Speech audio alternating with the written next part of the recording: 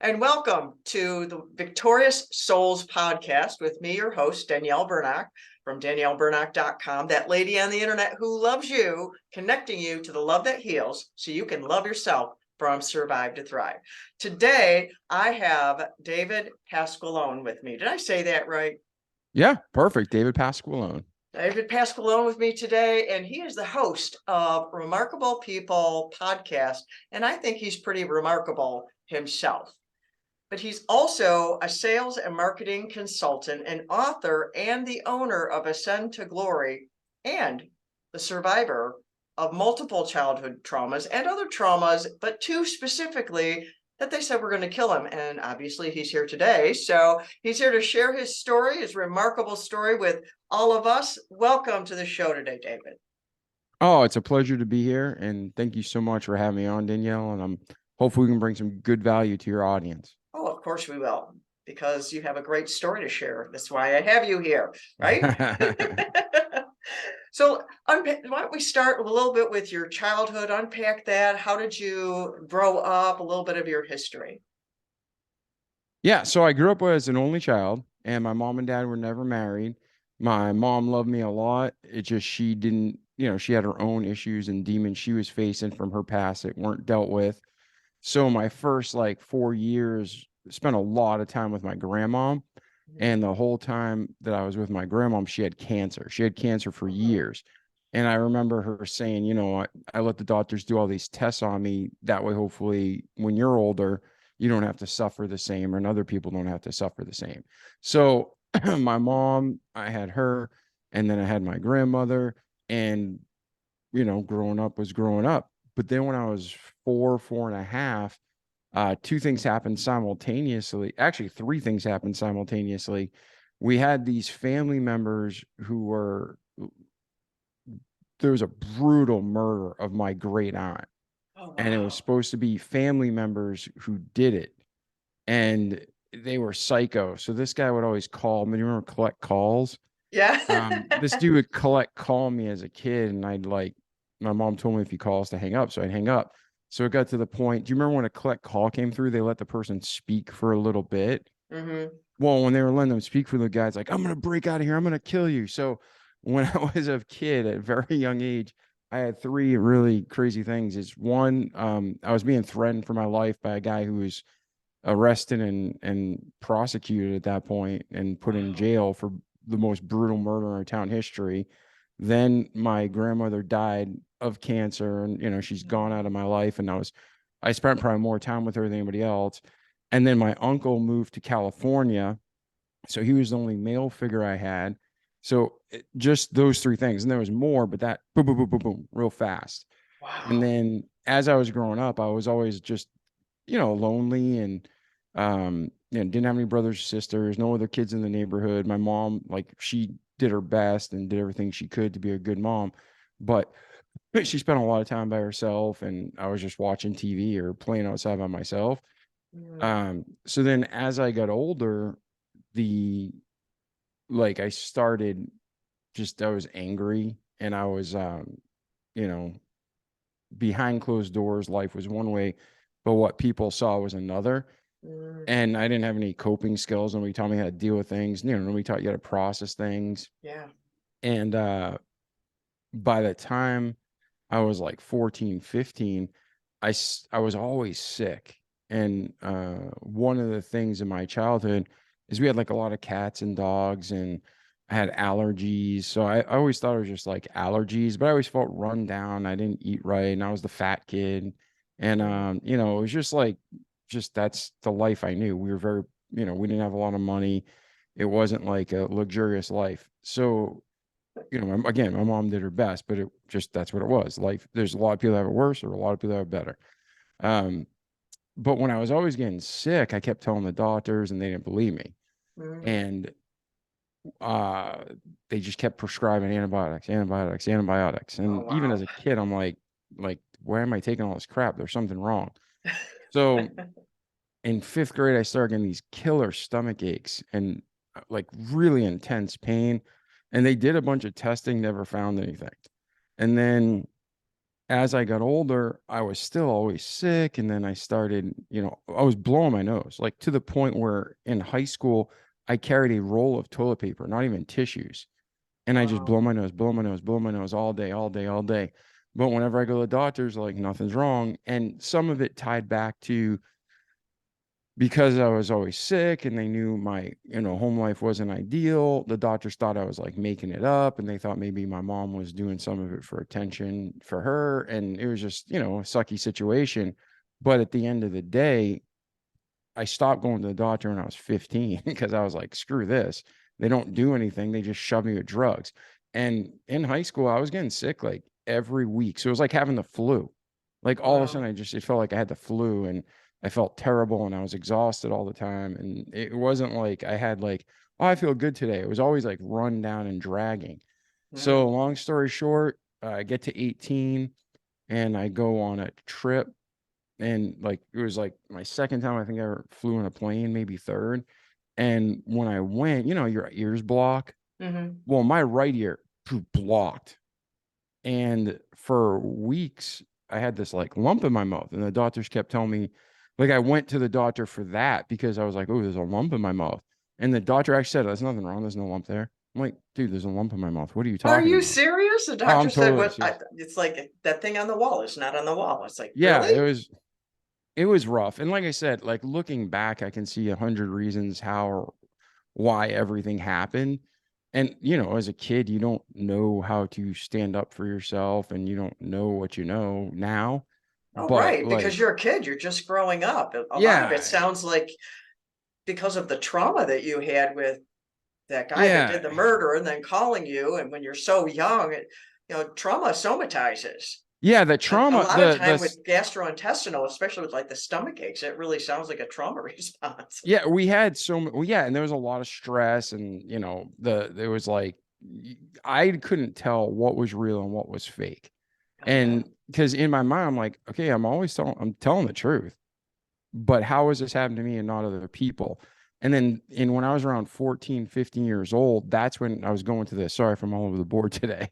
Um, when I was around 15, I felt like I was losing my mind. I had what I'd Mm, guess looking back would be like panic attacks. mm. And I felt like the whole world's like moving and lost my reality.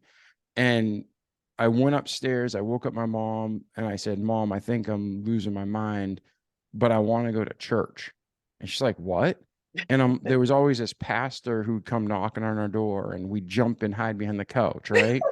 And then we'd be playing basketball and he'd always be down in the basketball courts and, he'd always be following up on us and calling us. And it was before cell phones, right? So I'm like, yeah, I think I need to go to that church. So that was like a Tuesday night. And then it just happened to be a Wednesday night. She just dropped me off. I'm like telling her I might be losing my mind. She just drops me off. So I go to this church and we were there like years before. Like we went for, I don't know, maybe a year or two. But Mm, back then it was just show up, go through the motions. I didn't hear anything. mm. And then now I'm 15 and I feel like I'm losing it. And I remember sitting in the back of the church on the left-hand side, the right-hand side of the preacher, and I'm in the very back row, and he's preaching on a Wednesday night, and I don't know anything. It's a small church in New England, and he's saying stuff, and I'm like, what? So I raised my hand like in school, and he didn't say a word. He just answered my questions. And I'm talking like a dozen times while the poor guy is trying to speak. I just raised my hand and he like, "Damn, how can I help you?" And he just answered my questions. I thought it was like school and I didn't know the difference between a hymnal and like the Bible, like how to find stuff. I had no idea. I mean, even though, like I said, we went when I was younger, it was just a kid. I didn't pay attention and I was completely disconnected. So after doing this for a couple of weeks, like I went back Sunday night, and I just had questions, questions, questions. And then when I remember after like a Wednesday service, a couple weeks later, we're walking. He's like, Dave, it seems like you have a lot of questions. And he kind of puts his arm around me. I'm like, yeah. He's like, would you like to be discipled? And I'm like, what's that? Yeah, what's And that? he's like, you just sit down with another man in the church and he's like, they answer your questions. And I'm like, oh yeah, that would be awesome. Cause I didn't have a father. I had no men in my life. It was like, So that would be great. Have somebody answer questions about the Bible. Yeah. So he's like, well, sadly, we don't have enough men in our church that can do it. He's like, but I have a friend a couple towns over that I've already spoken with, and he says he'd love to meet with you. And he's got a couple daughters around your age. I'm like, okay, yeah, that sounds great. So I ended up meeting with this guy, but I didn't know him, so I didn't want to meet alone. So I got my best friends to come over.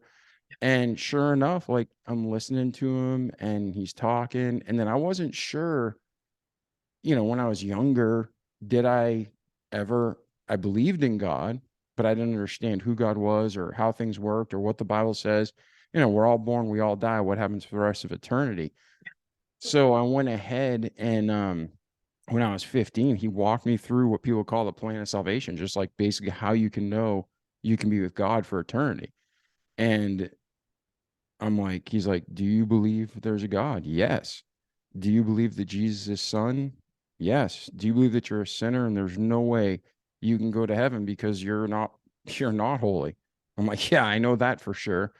And then he's like, well, do you believe that Jesus died and through his blood you can be saved? That's a sacrifice. I'm like, yeah. He's like, then the Bible says, for whosoever shall call upon the name of the Lord shall be saved. So that's when I asked God to save me. He did save me, forgave me my sins, and my whole life turned around. Like, seriously, I swore like a truck driver, and within a week, like I just stopped. My heart changed. Obviously everything doesn't turn magical and like it rains $100 bills. But what I'm saying is in my heart, I still have the same problems, but now I had peace and joy and comfort. And I knew the most important thing is if I died, I'd go to eternity with God and I'd be in peace and joy and love. So literally my whole life changed. People noticed it. I just became a different man. A teenager at that point, but different man. And then that's when I was like, okay, if I'm sick, I'm sick. I'm not going to keep going to these doctors and I'm not going to keep humiliating myself. I'm just going to go on with life. And I went on. But then when I was 18, now we'll go back to the story as I jump around. I'm wrestling and I'm trying to be athletic, but I'm still like an unathletic fat kid. I worked out from 15 to 17 every day, and there was zero change that people saw. Like there's nothing visual you could see. But then all of a sudden, like overnight, between my junior year and senior year of high school, it all changed. My acne went away. I got contacts. Bunch of the fat turned to muscle. It was like overnight. I was like now physically a different guy. So now I'm in my What senior caused year. that? I just how my life. No, the acne I did take like like an antibiotic because I read some research that really acne is a bacteria. So you take an antibiotic, a different type of antibiotic. So I'm like, damn, I've been on so many antibiotics. What the hell is one more, right? So I took it, and within 3 weeks, it cleared up my acne. But yeah, my body, it just changed. Like, I don't know, my heart changed when I was 15, but when I was 17, 18, my body changed. And then, so now I'm still, between this time, I'm still sick, but I feel peace and joy. No problems. I'm not really thinking about it. Just like, this is life. This is how it is. Knew stress was high, knew I was depressed, like sad, like didn't have a great, exciting life, but that was life. And then, like I said, the lump came. I went on the trip, my ear blocked, and then I go to the doctor, and now I'm 18 at this point. So my ear was blocked for like 3 months from January to March. And on March, I turned 18. So now I'm a legal adult. I can make my own decisions. The problem is at 18 in the old days, you also lost your parents' insurance. Remember those days where it's like, okay, you're covered till you're 18, then gone, right? And which I don't know if I disagree with because kids were more responsible back then. But anyways, so now good news is I'm 18, I can make my own decisions. Bad news is I don't have health insurance, right? So I ended up getting on the state insurance. So it was what it's there for. You get on it till you don't need it. I don't think the government should be involved in programs like this in mass scale, like especially not the federal government, but on the state level, the welfare system is made for people who can't afford it so they can get on their feet and get off, right? That's what I did. So at 18, I'm still in high school. I get on this and then I go to the doctors. I'm like, I want you to take out my tonsils and adenoids. They're like, why? I'm like, because I got sore throats literally 2-3 times a month. I got a stuffy nose. I feel like trash. And I've had this lump in my mouth. And they're like, okay, fine. So they go to schedule me to get my tonsils and adenoids out. And then a week before the surgery, back then you physically came in to do a pre-check. Mhm. The nurse was there and she's going through everything. I'm like, yeah, I said, I'm still the same, still getting constantly sick, still got that lump in my mouth. She's like, lump in your mouth? She's like, what are you talking about? She looks inside and I mean, it was a visible lump, Danielle. Like it wasn't like a small little like pea-sized bump. I mean, it was like the bottom of a baseball. Was it on the roof of your mouth, the side of your Yeah, mouth, on the or? roof, on the roof of my mouth, mainly on the right side. And so my ears blocked. I've been deaf for 3 months. I got this thing. I'm sick. I'm just like, take this out. So she's Wow. like, yeah, she's like, I need to get the doctor. And he comes in. He's like, when did that appear? Like, what do you mean, when did it appear? I said, look at your notes. I told you about it like 6 months ago. I'm like, what are you talking about? And I was like getting really frustrated. And I was always respectful. But by that point, I started thinking, like, I am not crazy. These people keep telling me I'm crazy, and it has nothing to do with me. Okay. Mhm. Like, to be blunt, like, I was sick all the time because I was legitimately sick. Why Mhm. they couldn't figure it out, I have no idea. But the other aspects of life is what made them think that I was exaggerating or crazy, which I had nothing to do with. I was nothing but sane and honest and straightforward. So super frustrating, right? Yeah. So now the guy's like, oh, well, we need to do a biopsy. And I'm like, okay. I'm like, I don't care what you do. I just want to get better. Yeah. Just So make it go away. yeah, so the guy goes in and does a biopsy in the room and it like butchers me. I remember I had like skin and flaps and all this stuff. Oh. And I'm like, what? He's like, oh, it'll heal, just be some scar tissue. I mean, total jerk. And then they're like, yeah, we should probably get a CAT scan just to make sure it's not next to the incision area for your tonsils and adenoids. I'm like, okay. So they send me down for a CAT scan. And when I'm there, I go home afterwards and I'm exhausted. I was always tired, but I was never sleeping and I couldn't breathe right. Even like in wrestling, I could like one day run 6 miles, go to the gym, go to wrestling practice, and be throwing guys around. And then an hour later, I couldn't even bench press 100 pounds. I was just exhausted. It was Mm. just this weird thing. My body was just off. So now I get this CAT scan. I go back to my house. I fell asleep on the couch. My best friend was there. And all of a sudden I get a phone call. You know, the phone's on the wall back then. Yeah. And I walk over and I'm like, hello? And they're like, hey, is this David Pasqualone? I'm like, yeah. Like, this is the hospital. And they're like, you need to come in right now. I'm like, what? What's going on? And they actually told me on the phone, they're like, that CAT scan shows you have a tumor and it's inoperable and we need to get an MRI so we can figure out what the best thing to do is. And I'm like, oh, I'm like, well, my mom's still not home from work yet. I'm like, I'll call you tomorrow. They're like, no, you need to come in now. I'm like, no, I don't. I'm like, I had this thing for freaking years. I'm like, I'm actually happy. Thanks. I'll call you tomorrow. Click. And I hung up. And my best friend, Jose, because my two best friends back then were brothers. And another thing to say is, remember that guy who discipled me when I was Mhm. 15? I Yeah. told you I'd bring my friends with me. Mhm. So I had twin friends down the road that were brother and sister. They ended up trusting Christ. Then my other two friends that were brothers, they got saved and trusted Christ. So, and I had, I think, another friend that came over. So while I was getting discipled, they come over and they got saved too. So it was awesome. But now come back to today, I'm on the phone. I look at my buddy. I'm like, guess what? I'm not crazy. I got a tumor in my head. And I went down, sat. He looked devastated. And I'm like, dude, I'm like, this is awesome. You If I finally got live, an answer. It's yeah, I instead of said, I'm there's not nothing crazy. wrong. They found something, and you're like, finally, Yeah, finally, I'm you like, I'm see what not I've been crazy. trying to tell you for so long.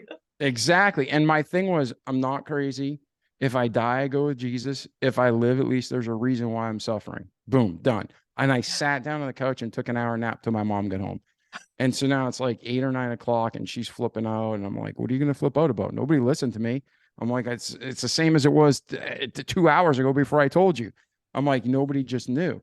So long now, fast forward now, we go to the doctors and they get an MRI and there's a tumor the size of an orange in my head with a tail down my throat.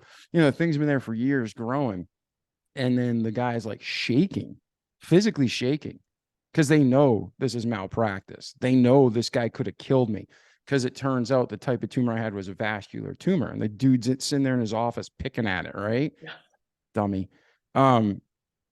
So he looks at me and he's like, he was finally honest. He's like, this is way, way more in depth. This isn't normal. He's like, do you mind if I refer you to Mass Eye and Ear, Mass Eye and Ear in Boston? It's like one of the greatest places in the world. And I'm like, no. I said, frankly, I don't want you touching me again. And he's like, yeah, I don't want to touch you either. But he was saying it humbly, and I was pissed. So I was like, okay. And I was still respectful, but I was getting to the point where my confidence is building. So they end up referring me to Mass Eye and Ear. And when they did the preliminary review, it was so complex. They gave me Dr. William Montgomery. He was the head of Harvard Medical School at that time and the #1 ENT at Mass Eye and Ear. Wow. So I got kid poor, been told nothing's wrong his whole life, on welfare, and they sent me to literally the #1 surgeon in the world at that time. He was seeing me when he was in his 70s. He'd fly, no joke. He'd fly to the Middle East or somewhere in the world, do a surgery on a prince or a king, and then come back and work on poor kid on welfare. I mean, it was amazing how God set it up, right? Wow. So he goes in, and then they tell you, I can go. I mean, there's so much to this. I'm skipping stuff, but I was supposed to have first off, I was wrestling and doing just recreational box. I was doing high school wrestling, but recreational boxing. And I had a tumor in my head that was the size of an orange with a tail down my throat. That's why it was choking me. I don't know if I told you this, but I was having trouble breathing a lot. Yeah. And they kept telling me I had asthma. And the only thing that would make it better is if I went to the freezer and just breathed in cold air. And what it was is the tumor would swell and was choking me. Right. Wow. So and this is, you were a senior in high school then? When I found it, I mean, I had it for years and it was just right. But when this all took place with Dr. Montgomery, you were a senior in high school. 2 weeks before I graduated high school. Wow. And then they're like, you need to come into surgery and do this immediately. I'm like, no, I want to graduate. If nothing else, I didn't accomplish anything in my life. I said, I just want to finish and graduate. And graduating high school is a joke. You just freaking show up, right? But I'm like, I'm 2 weeks away. Let me just finish and walk and have closure. That part of my life is done, right? So that's what I did. I went to Dr. Montgomery. He's like, this is super complex. You got 50+% chance you're going to die, 90% chance you're going to be handicapped. He said 100% you're going to be disfigured. They're going down the stats. They're like, this isn't a joke. This is a pretty big surgery. They're like, yeah. And we don't see these often. He's like, frankly, we don't even know. The first time, he's like, we don't know what this is yet. He's like, but this is super rare. And he's like, so we're going to go in and we're going to do the first day you're going to get embolized. Then you have to lay still for 24 hours. And when it's still, I mean, you can't even move your head. It's 100% still. Wow. Because what they do is they go through your groin area and they embolize the tumor. And what does that mean? Yeah, that's exactly, embolize the tumor. It means basically they fill it with super glue and plastic. And what they do is they fill it so it doesn't bleed out when they cut it out. Because there was a vascular tumor just wrapped in all the veins in my head that they didn't want me to bleed out on the table. Wow. So they had a blood bank, all this blood waiting for me. And they had literally counselors would walk in my room, be like, hey, you're going to wake up. Don't look in a mirror. They're going through all this stuff with me. And I'm like, listen, man, this is the best thing that's happened in years. I said, there's a reason why I'm sick. I'm not crazy. And if I die, I hope my mom sues the pants off them. That's not off Dr. Montgomery or Mass General, but the other doctors for malpractice. Right. And, so I go ahead and I go to the surgery.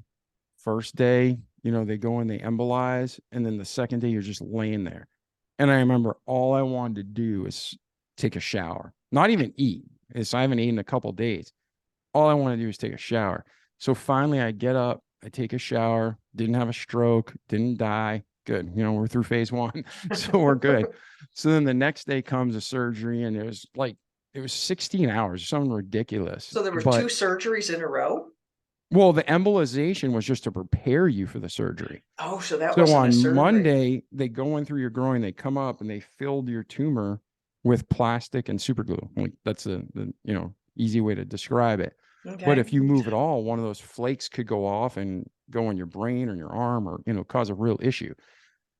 So I got through that. Well, now they're like, we got to go in and take out this tumor. And doctor, the normal way is they zip you in half and break your jaw, and they take out, and it's just a brutal surgery. Oh, Well, oh, Dr. it sounds painful just hearing about it. Just, Yeah, yeah. oh, So oh. Dr. Montgomery, the guy's like, God's given him a gift. He's like the best in the world. So he's like, this kid's 18. He's got his whole life. I was trying to get a wrestling scholarship. And he's like, let me try something. So in the operating room, he removes my palate. Okay. So he literally just cuts the skin back, flip that layer back. Let's removes the palate, the roof of my mouth. So where you touch the top of your mouth, there's like soft skin and soft bone. He Mhm. just took that bone right out on the right side. So the whole right side gone.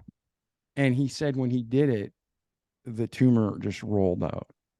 So then they Wow. went in and they cut. I mean, still, there was a huge surgery, but they didn't have to like break me apart, right? So they take Wow. this out, they stitch me up, they put it back together. And while he's in there, he sees the butcher work that first jerk did, just trying to get a biopsy, and he Mm, fixes it. So if you look in the roof of my mouth, you're like, you can see something's different, but unless mhm. you really look or the anatomy, you would never know. And so Wow. to this day, I still have this soft spot. It goes right into my sinus cavity. So then they take it out, and I'll tell you what, I was supposed to be in the hospital a minimum of 30 days. I got out in like 3 days. I was discharged on Saturday. So Wow. yeah, so God gave me, and then the blood loss I had was ridiculous. It was like less than a nosebleed. It was so freaking gone. It was all Wow. gone. So I go in, I have this major surgery. I'm discharged by Saturday, and I feel so good. I felt so good. Blood was flowing normal. I could sleep. I could breathe through my nose, which I Could you hadn't hear done in again in your years. ear? Oh yeah, instantly I could hear again. And he's such a great doctor. He's passed on now. But I mean, he had a team approach to medicine. He wasn't arrogant. Even though he was the Mhm. best in the world, he was humble. So he talked to the different other doctors and what's the best plan for this kid. So they put a tube in my ear to make sure that it wasn't going to block again on me, and I could hear, and pressure wouldn't build. And they took every precaution that back Wow. then they could think of, and it's even better than what probably doctors could do today. So we go through it, and I've never talked about this so extensively. So this is, if you want me to skip stuff, because like I said, I'm in skipping stuff, but if you want me to go faster, I can. Um, but so they go ahead and they do this surgery, and then I get out, and a week later, now this is stupid, but I was mowing my lawn. I was mowing my lawn with hundreds of stitches in my head because I just felt so good. So now I Well, go out. you were 18, right? Yeah, I was Well, 18, you but were I mean, 18. I mean, just think about yeah, but 18-year-olds are like, I can conquer the world. I mean, chalk that up to your age too. yeah, no, but I'm saying like just like you have a cut, you want to keep it. So I'm mowing a lawn, and you don't want to be breathing in when you have sinus. Everything in my sinuses was all like open and healing, Mhm. and I'm breathing in this stuff.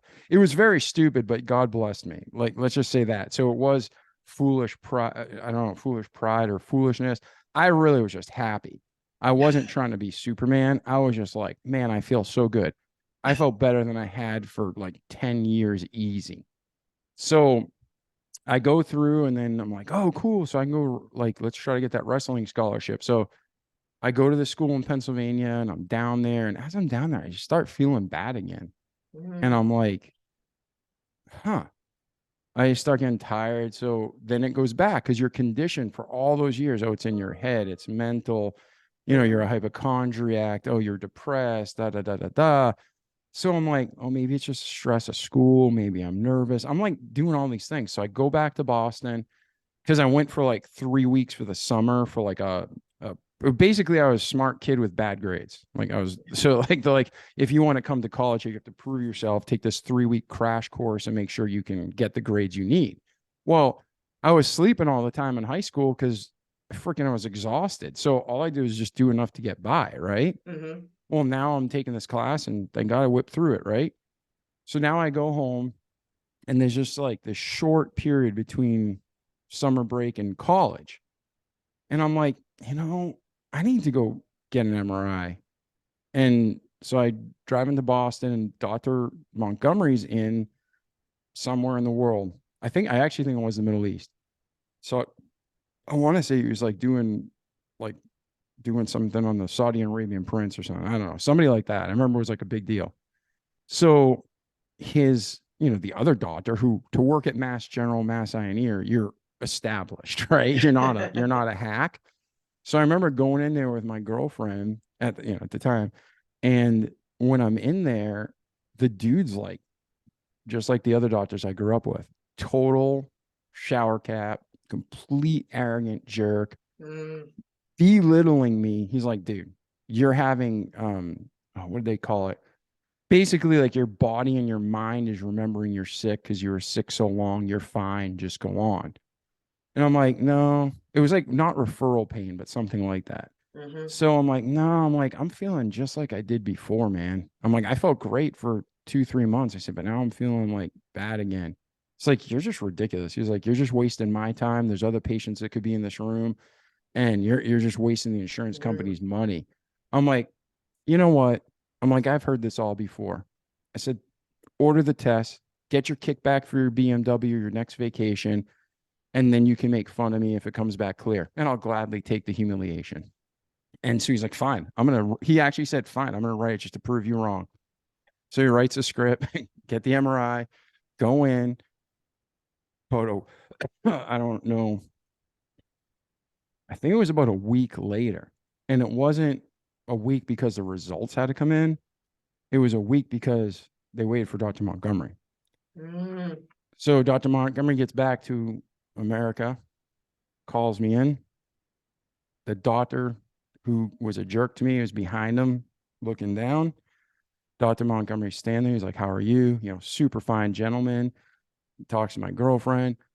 And I think my best friend might have been there that day. I can't remember for sure. Like Dave and Jose were my best friends. And I think Jose was with us maybe. But he says, Dave, he's like, we can have all the PhDs in the world. It's like, but nobody knows your body better than you do. He's like, only God and you know your body. He said, so you were right. He's like, we don't know how. He's like, we don't know if it grew back. He's like, but we can't imagine it growing back that fast and that big. Or if it was like a barbell effect and we got one side and missed the other. He's like, but we can't imagine missing it. He's like, but you have another tumor in the same area, the same size almost. He's like, it's a little smaller, but it's almost the same size. Wow. He's like, so we have to go in and take it out. And I'm like, okay, like, let's do it. Right. So So did now you have he's to like, do the exact same thing of the embolism and then the whole thing you went exactly. through the mouth and And now it's like even more complicated and even more dangerous because you see, when you have a vascular tumor, it takes all your veins and corrupts around them, and then when they remove it, all those veins are chunked out. So wow. now everything's rerouting to new veins, and they removed part of me, not just a tumor. It's not like it's just, hey, here's a chunk of Play-Doh and here's the good stuff. Right. Right. So Everything's you were like mixed 20 together. now, or were No, you I'm still I'm I still went 18? 18. I'm Still still 18. 18. This And is they and that's this ended up happening 3 times, right? yeah. So I went from I graduated in June when I was 18. Then I had the months to recover. I got sick again. Then I was supposed to go to college. And now in September of 95, I'm having another surgery. And it's the same thing, but now it's way more complex and dangerous. So this time they're like, hey, got to be honest with you. Chances of death pretty high. Chances of like retardation super high. Chances of disfiguration 100%. They're like, you just gotta, it's not going to be like last time. I'm like, that's fine. I'm like, if I die, I'm great. I go see Jesus. If I live, that's awesome too. I said, just do me a favor. I said, I don't want to be a vegetable and I don't want my mom to be like wiping my butt when I'm 40. Not again, for the people who have to do that, I do not want to be insensitive. And please forget, like, I'm about to cry thinking about it. The parents who have to take care of their children, that's like serious. And I didn't want to be that kid to my mom. My mom had Mhm. enough going on in her life. So I was like, dude, just nick me. Like, just take me out, send me home. I'm like, I give you my, nobody's going to know legally. The hospital's not going to know. They're going to hide everything anyways. I'm like, me and God are good with this. Just nick me and send me home. Do not let me live as a vegetable or as some kind of burden to my mom. And he's like, I cannot ever make you that kind of promise. And he's Yeah, they like, can't do that. no, That's a but then he's like, violation of yeah, their what? oath. But he's also a man and he knows man. And he just gave me that nod, like, I'll take care of it. And I believed it. Like, I knew that he wasn't going to let me go home. I was either going to live or I was going to die. He was an honorable man. Like, I wouldn't let somebody suffer like that. I mean, I'm not going to take somebody's life, but if I knew the surgery went bad, I mean, again, maybe I'm saying this totally wrong. And if I'm defying God, forgive me. But either way, that's what I said. And he gave me that nod of acknowledgement. Like, he said out loud what he had to say. But then he looked at me and we were on the same page. I will do what I need to do to take care of you. So I'm like, good. So we go into this other surgery, same exact thing. Embolization set for 24 hours. And that's 2 days. And the third day is the surgery. Wake up from this surgery and there's a banner across my room. And you remember those remember printers in the old days had like the wheels with the spikes on it and it pulled the sides of the printer paper that had like corrugated holes in it. Uh-huh. And then when you were done, you tear off the sides of the printer paper. The nurses, like there was a male nurse and the other nurses made this giant banner that said the luckiest boy in Boston. Wow. So when I was out, I didn't do anything. I just laid there. Dr. Montgomery goes in and he's like, same thing. Like, this kid's 18 years old. He's got his whole life ahead of him. It's like, let's try to, let's chisel out his cheekbone. He's like, that'll grow back. So they cut my face, lift it up, lift the skin of my face up. So now you just see my bone. And they physically chiseled out a hole in my cheekbone in my face. Right. So if like between your nose and your lip Why and didn't they like, go through the same place they did before? because okay, so the positioning of it was different because Oh, okay. again, they took out, it's in the same region, but different positions. So they took out a bunch of veins. And so Mm, there's nothing there now, but now it went to new ones. mm. So they said the best way to go was through my cheekbone. So they chisel out my cheekbone. They go in, and sure enough, they grab it, hours of surgery, but they end up getting it out, sewing me up. And this time, so this surgery was supposed to be worse by all statistics and medical knowledge. This should have been worse. The tumor was almost as big, and it took them less time to take it out. I lost less blood than the first time, and I was perfectly fine. Like, just like sewed me up. And instead of getting discharged on Saturday, so Thursday, Friday, Saturday, 3 days later, the doctors came in and they're like, all your vitals are fine. You're healing like you've been here for 2 weeks. They're like, we're dismissing you. So I got discharged a day after a 3-day surgery. Oh, that's It's crazy. crazy. It That is, and is crazy. it's all documented. I mean, like they got copies of it. So And they then it go came ahead. back again, didn't it? Yeah. So How long did then it take for it to come back again? so I don't know on this one. I Okay. can tell you when they found it because so now I just had 2 major surgeries. Yeah. And now I'm like, I'm not going back to college. I'm definitely not wrestling. And they told me, you can't take a punch. Like, half the right side of your face has structurally been removed. You don't take a punch right now because you get headbutted by accident in wrestling and, it could cause issues. So I'm like, I'm just going to chill. I'm just going to get a job. I'm going to work. But I felt good afterwards, but that only lasted like 3-4 weeks. So the first time it lasted like 2-3 months. This time it only lasted like a month. So I'm like, I'm not feeling good. And they're like, well, just give your body some time to heal. So I'm on like herbs and supplements, like little things, and I'm just getting sick. And then I go in and I'm like, doc, I'm just not feeling good. He's like, your body. He's like, I can't imagine that thing growing back again. He's like, but let's get an MRI and check. Sure enough, Danielle, grew back again. Wow. So now he's like, okay, clearly your body's producing this.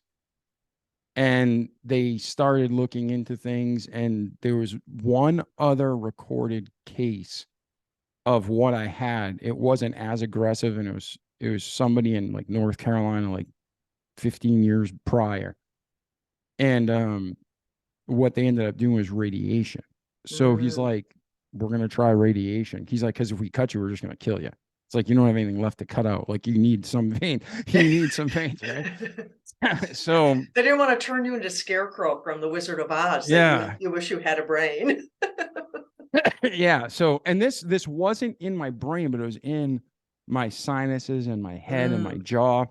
It was actually deteriorating the jaw. It was like actually like deteriorating the bone. And it Mhm. was so it had to come out. So they go in, they do they're like, we're gonna do radiation. And then I don't remember the timeline. That's all right. That doesn't I matter so think much as, did the radiation do the trick? no, it freaking almost killed me. Ugh. So So what what happened? did do the trick? Because then I this is only one of the two things that tried to kill you, because you had a different thing. Yeah, yeah. So I had the radiation and I dropped down to like 132 pounds. I was in agony and it's in my head. They missed one time and it fried a part of my brain. And so ever since then, like I don't feel hunger. Like in Mm. 25 years, I maybe felt hunger like 3 times, but they fried that part of my brain. And then I'm also physically and mentally slower. So nobody knows, like I look normal, but I used to be much faster. So it Mm. frustrates me even to this day. I'm like, oh, like I know my body should be moving faster, but I physically just can't move faster. So there's something that day, and I know they missed because I had a football shaped, uh, like right here on my right shoulder. I had this giant, like 5-6 inch football shaped tan spot. And Mm. I'm like, yeah, that's not supposed to be here. So they're like, yeah, we had an accident. So, but other than that, thankfully, it didn't fry anything important. So it grows back. They almost kill me from the radiation. That was agonizing pain because you got sores and blisters and just all sorts of stuff going down your throat. You can't swallow, you can't breathe. And then I got hooked up with this holistic doctor who is a chiropractor. And he's like, hey, I do contact reflex analysis, I think it was called. We basically just use the energy, and your body tells us what you need and what you don't need to heal. And I'm like, okay, I'd rather die righteous than do anything unholy. So I'm like, do you believe in God? It's like, yes. I'm like, have you trusted him as your savior? He's like, yes. I'm like, by what power do you do this? By God or by Satan? I mean, I was blunt. I was blunt. I was like, where do you get the authority to do this? And he's like, no, he's like, this is from God. It's a gift just like anybody else has. He's like, anybody can do it. He's like, I've been doing this for years. He's like, we just kind of ask your body and read the energy, and we just know what you need and what you don't need. And he's like, that's it. So I'm like, okay, let's do it. So I ended up getting on all these vitamins and supplements, and I'm thinking to myself, this guy, is he real, or is he just trying to like exploit me for all the money for these supplements? Which sadly most of the people will do. Well, sure enough, I started doing follow-up CAT scan, I'm sorry, MRIs, and the doctors are monitoring it. And the doctors are like, do whatever you're doing, keep doing it. Because the tumor just kept shrinking and shrinking and shrinking. So Mm. what I did with that doctor, it wasn't just supplements. So I cut out all dairy, all sugar, all preservatives, and got on these supplements that my body needed. It wasn't like one magic supplement. It was like, Mhm. this is what your body needs. And then over the course, the tumor just shrunk, shrunk, shrunk, shrunk, shrunk. To this day, I guess I technically still have a tumor in my head, but it's like continuously shrinking every year. So I'm 46, and at 47, it's just going to keep shrinking. I had to stay on that very stringent diet for 2 to 3 years. Mhm, And when I say no dairy or sugar, I mean, I didn't have bread, I didn't have ketchup, nothing. It mhm. was just like clean out my body, flush out the trash. And that's what I did. And then I was super fine. No more problems with that. That Oh, chapter's over. So we've taken up a yay. lot. I don't want to ruin your show or take up too much time, but that was between birth and 19. That was my Yeah. journey. Yeah, but then what was the other thing that tried to kill you? What was it?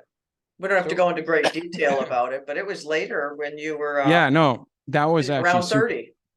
Yeah, I went to a dentist and he it was just fillings, but he went like gave me fillings I didn't need, left them open. Basically I got an infection in there and it calcified and then it just got out of control. It was poisoning me slowly over a couple years. Again, they couldn't find out what's wrong, but now I had the knowledge and the strength that no. I am not a hypochondriac and it doesn't matter if they can find it. It's there. So I had to Mhm, keep pushing, keep pushing, keep pushing. And I was in agony, mm, agony from 2000, um, from 2005 to 2007. I was always having like pain in my mhm, face and weird stomach aches. But from 2007 to 2009, I dropped and had a blood infection in my body. They are like, I went to so many doctors. I dropped down to like 140 pounds again. And the doctor's like, dude, just get your affairs in order, make out your will. You're going to die. And we don't know why. So I had all these blood tests where like one, this was normal, but this was off. And there was like no correlation. They couldn't figure out why. Long story short, I knew everything started when I went to that dentist. So I finally flew out to the Mayo Clinic in Minnesota and they have a mm, team approach to medicine. I mhm. went through everything. Even they didn't like think like this is possible. And then I'm like, well, I just know the timeline. The timeline was it all started with this dentist. So I went, they checked all my systems, and they said, this is so strange. They're like, you have this. So that means you should have these three other things, but you don't. He's like, then you're healthy here, but then you have these weird issues. So everything was all over the board. Everything's out of sync. Long story short, I had an infection that was right in, he hit a nerve. So I had trigeminal neuralgia. Then I had an infection that was slowly poisoning me. And then from it poisoning me, my gallbladder went bad. And then from my gallbladder going bad, everything else around there starts going wacky. And then I left it in so long, my whole body got out. So I was going like hypoglycemic and then what's it called? Diabetic, hypoglycemic. It's like everything's just out of whack. Mm, So I went ahead, got the gallbladder out, got the tooth pulled. And when this all started because I was actually at the Mayo, at the head ENT there. And he said, I don't think there's anything wrong with you. He's like, but I'm going to humor you and I'm going to do exploratory surgery. So in his office, there's like three ENTs and the nurse, and they're cutting it open. As soon as they go in, because there's a little spot where I told them there's a little lump. Oh, you can feel a popcorn kernel in your mouth that nobody can see. You can feel a hair between your teeth. So I told him, I said, I can understand you can't see it, but that doesn't mean it's not there. yeah. Um, I said, so, and I said, I've been to this rodeo before and I'm not gonna back down. There's something wrong and there's something wrong. So he was kind of like miffed and he goes in. And then as soon as they went, like, oh, like, okay, we're in, we have to take care of this. There was active infection and calcification. So they're in there Mm, with like a bone, like it's like a scraper. And they're like scraping the roof of my mouth, breaking up this calcification to get to the inside infection that was going into my bloodstream and poisoning me. So I went through a surgery awake, no anesthetic, just some Novocaine because they weren't expecting it. And once they were in there, they had to deal with it. And then I wow. went home and I felt better than I had in 2 years after they just like literally hit me with a hammer and chisel. So, Oh, so no. again, so I just started getting better and better and better. And then I was well. So yeah, I've gone through some crazy stuff, but there's a reason, even though I might not still know it for today. I know God's good. I know he's real. He's not vindictive. He doesn't cause harm. If anything we quote unquote call bad happens, it's for his glory and our good. We just got to ride it out. So sometimes it's years, like mine were years. It wasn't like a week of pain, it was years. But I'm a better man for it. I'm stronger for it. Hopefully, it can help encourage people. And then I know in an eternity, I'll be able to chill. No more pain. I'm looking forward to that. Yeah, well, you went through so much. It would be so easy for many people to develop a victim mentality. It's like every time I go to the doctor, every time this, every time that. But you did not do that. Was that just because of your faith in God? Was that what gave you the ability to not victimize yourself, but to just fight to get the victory over all this stuff coming against you?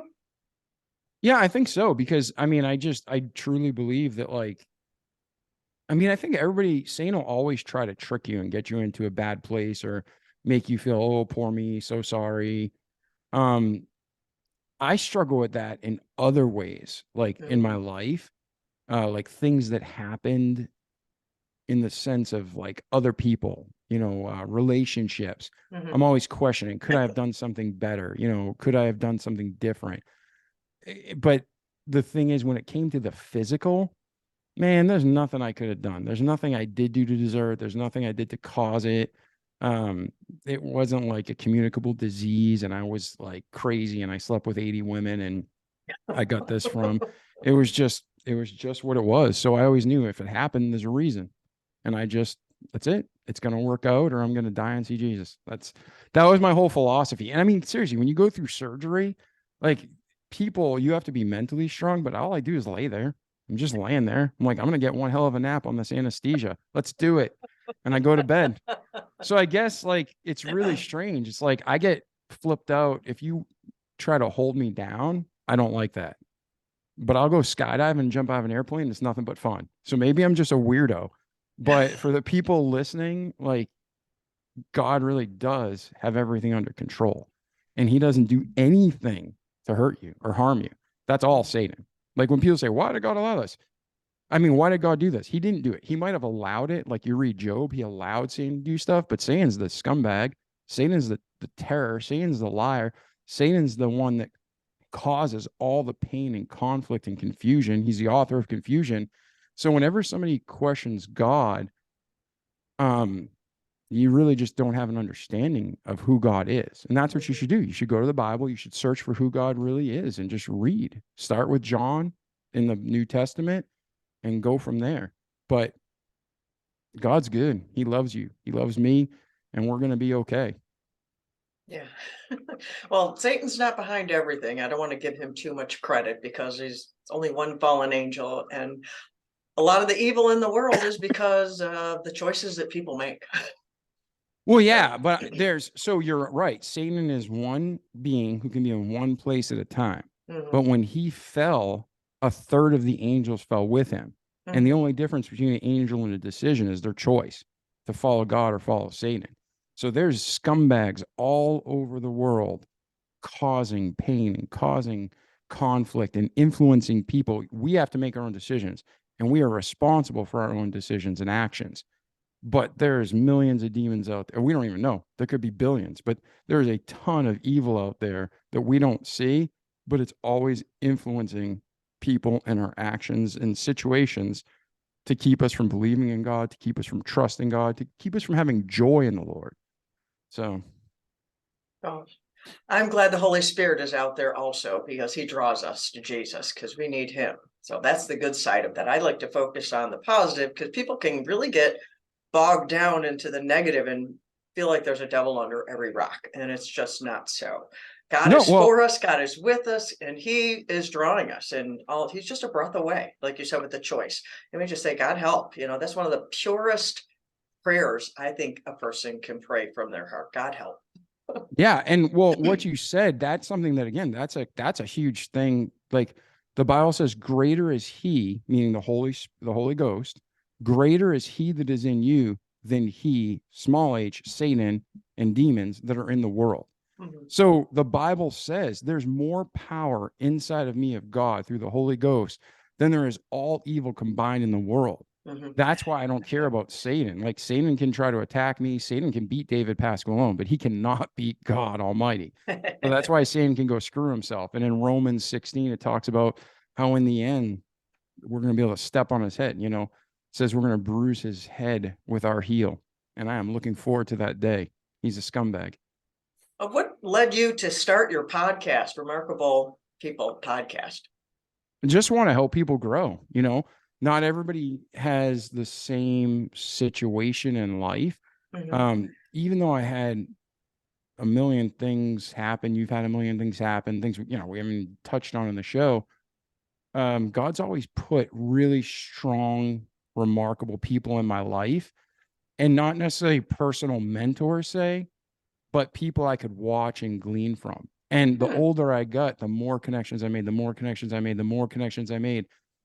So it came to the point where it's like, let's just share this. Like, the whole purpose of the Remarkable People podcast is to glorify God and help people grow. So went out, started interviewing people who have remarkable stories. And then we don't just talk about what they overcame or what they achieved, but our show breaks it down to the practical steps of how they did it, so we as listeners can too. So that's the Remarkable People podcast. And the whole purpose is to help people.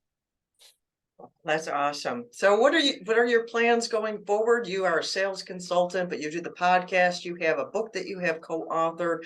What are some things that you got going on that you're thinking about, and where you're going in the future? Yeah, this year, the marketing, I love sales and marketing, and I love helping people. To me, it's like help. I won't do that crap marketing where it's just like flash in the pan, short term, get people excited, steal their money. That's not me. Marketing and sales to me is really like just bringing people and solutions together and helping them with integrity. So our company, like my company this year, I've kept it super small just because I just did enough for what I needed and moved on, gave work to my friends, gave work to people I trusted. It was just like kept it small. This year and moving forward, I'll be growing the business so we can help more clients. I can employ more people, and then we can just get more done. And then I want to transition out where I'll help with the initial strategy and oversee to make sure everything's done right. But the daily, just the daily projects and actually doing the daily work, I can train people to do that and focus on the bigger picture. So that's what I'm trying to do. And it's hard for me. That's like, it's one of those things that I don't feel like it's pride, but I've always worried so much about keeping the level of quality up and getting huge results that I guess it is pride. Like, I'm trusting like someone else couldn't do it the same way. But if I'm a good leader, I can train them and they can do it equally as well. And I'll always be there to oversight. Right. Yep. So that's where that's going. And then I want to be able to transition where I can do the podcast more. So just take the podcast, reach a larger audience, because that means we're reaching more people, we're helping more people, and hopefully more people will come to know God. Awesome.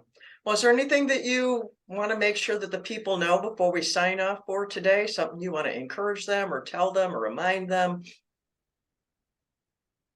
Professionally in podcasts, anything you need, go to my website, davidpasqualone.com. Everything's there, and you can reach out to me to contact me through the page. When it comes to life, and just, you need to know God. And if you don't have a relationship with him now, if you don't even believe in God, this guy's full of it, that's fine. Just try reading your Bible, try praying, and just be real and genuine, because God knows everything. So lying to God is useless. Lying to yourself is useless. Lying to other people is really useless, but people do it and they think they're getting away with it. And then once you have that relationship with God, decide what your next step is, what he wants you to do, and then do it, and never quit. Just keep moving forward. No matter how much people discourage you, no matter how much they encourage you, no matter how much they beat you down, no matter how much they lift you up. If you have a mission from God, keep doing it until it's complete, or you die trying. Yeah. Never quit.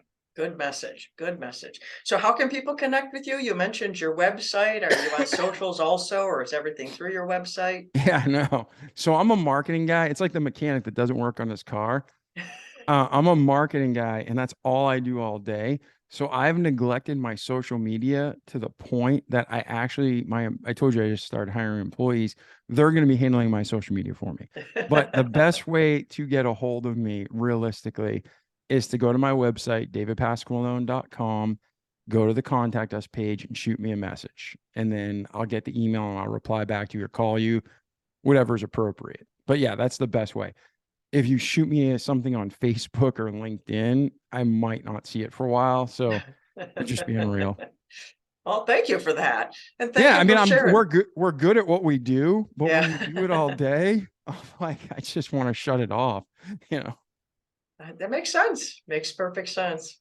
And thank you for being on my show today. And thank you for sharing your story with my audience, David. Yeah, and I hope like hopefully this was enjoyable for everybody, but gave you some encouragement and inspiration. And if you're in a similar situation, just know you got to trust God and trust yourself. Doctors can have degrees, they can have PhDs, but you have the master PhD of your body and who you are. And I believe that most people not only know what's wrong, but they also know what they need to do to heal. So you should have peace when you get a good solution. When Amen. doctors are saying stuff like, oh, you got this, cut off your arm. It's like, nah, I don't think that's the right solution. And they do that. You know why? Pharmaceuticals makes money. And hospitals, I just talked to the second largest, maybe the largest hospital chain in the United States. I'm friends with one of the high-end physicians who's over thousands of physicians. And they were saying it's just a business. Just how many people we can crank in and crank out and keep them dependent on drugs, push them through surgeries and procedures. And, oh, we got to go through the quote unquote process because the process makes them money. So it's not a healthcare system. It's just a medical institution. And Danielle, when me and you were kids, they said, I have a medical practice if you talk to most doctors. But now when you talk to most doctors, it's, oh, I'm a medical professional. Medicine's always has been, always is, and always will be a practice. I say that too. Yeah. So just so you know, if you're going to doctors, this is the joke, but it's true. What do you call a doctor that graduates first in his class? I don't know. Doctor. What do you call a doctor that graduates last in his class? A doctor. A doctor. So in my personal experience, 2 out of 10 doctors are golden, amazing what they do, amazing humans.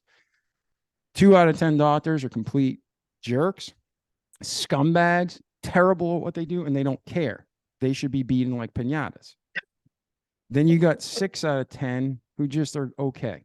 They're general. They're good at what they do within limits, but nothing outside the box. So my encouragement to you is be your own advocate. Keep looking for those 2 out of 10 stars when you need it. And if you only have like a scratch, don't waste the time of a 2 out of 10 doctor because the people who need it could use that appointment. But when you're sick and you're dying and you're in agony and pain, keep researching things yourself. Keep looking for the root cause, not just a symptom. And again, fight till you win or die trying. Amen. Don't give up. That is a good message. Thank you, listeners, for being with us today. And I want to remind you, don't give up on yourself. And I love you. Bye-bye. Ciao.